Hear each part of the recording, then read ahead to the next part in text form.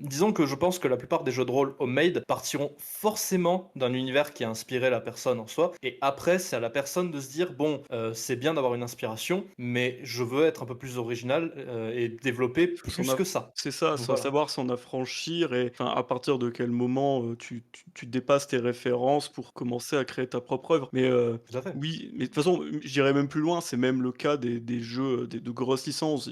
Vampire Mmh. la Mascarade, je veux dire, ça n'existerait même pas s'il y avait pas eu Anne Rice, ce genre de personnes pour, créer de la littérature, autour de la figure vampirique. Non, là, vraiment, moi, c'était mais vraiment des match-up dégueulasses, hein, tu vois? Oui, oui.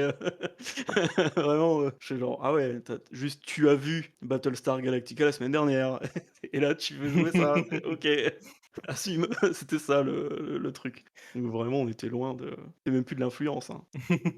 De toute façon, j'ai envie de dire, la plupart, et comme tu disais pour Vampire, la plupart des œuvres ont au moins une à je sais pas combien d'inspirations et n'est que, au final, la résultante de toutes ces inspirations. Il y a, Mmh mh. toute œuvre de toute façon est inspirée de quelque chose à minima.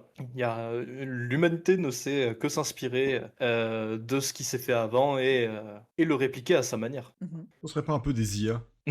Ah, quand même pas, quand même Quand pas, même pas, mais faut pas aller ça y fait jusque-là. penser. Ou La alors, plupart des gens créditent, Non, tout le monde le fait pas. quand ils Attention. s'inspirent.